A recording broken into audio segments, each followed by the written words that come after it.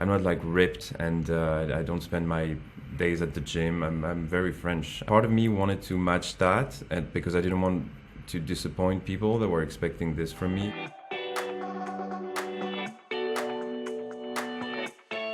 When you have that inner critic and then all of a sudden you're in a show like Emily in Paris, which is so huge, and it kind of catapults you into this instant star, and you become like the internet's boyfriend and all the first that comes with it. How did you cope with that instantaneous change?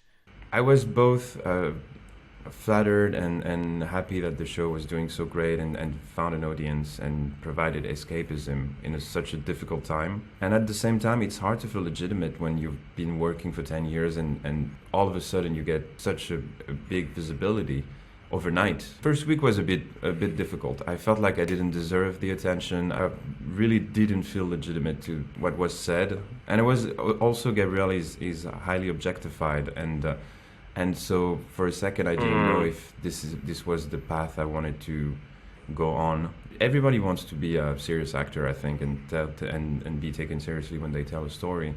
And so I was scared in the beginning to be just, the boy next door, the object. And I'm very grateful about the visibility. I'm really very grateful about everything that the show brought me so far. When it comes to that objectification, I think if you're seeing that, it must almost make you reflect on yourself in a new way. How has kind of like your relationship with your own body and body image changed as well throughout your life, would you say? When they label you overnight heartthrob and everything, you feel like you have an obligation to be not perfect, but to fit into that square.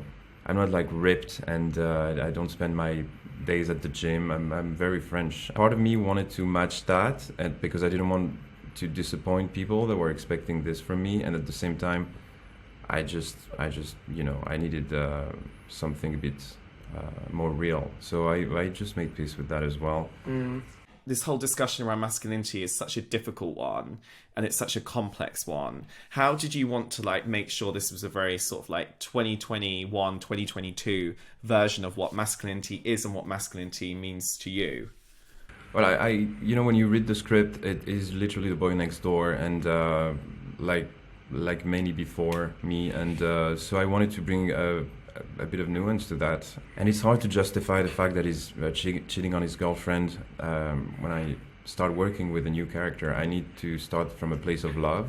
Everybody starts their journey being just nice and wanting to be loved and validated and accepted, and it's just what makes you act a certain way and give up your values and principles is usually traumas. And looking into that, I just realized that he was a modern man. He was very connected to his femininity.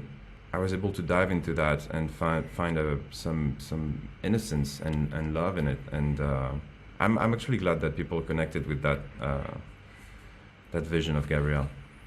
Emily in Paris is all about this idea of renovation, isn't it? And, Emily moves away. She's learning about herself, the good, the bad, and the ugly. And this series of the podcast is all about wellness and, starting the year feeling like your true self. For you, when has been the biggest moment of reinvention for you, or the time when you've really had to, like, face yourself and who you are as a person? Probably 8 years ago, I was in Paris. I was, struggling as an actor. I was working in restaurants during the day and a different one at night. I could only see myself working as an actor because it's therapeutic for me. I love the research, and I learned so much about myself while I'm searching another character. I just couldn't find any solutions, and I decided to go to Alaska. I was like a little ice cream walking in the tundra. I found a bus, and I lived in it for a week, and I was just alone. It was such a luxury to have perfect silence, that this is not something we get every day. I actually never been so in tune with myself than when I was completely lost in the tundra. And that was a life-changing experience, and I came back with a different perspective and mindset. Do you, when you look after your mental health now and your mental well-being now, do you lean on those lessons you learned during that time? Yeah, I think it's important to remember where you're coming from.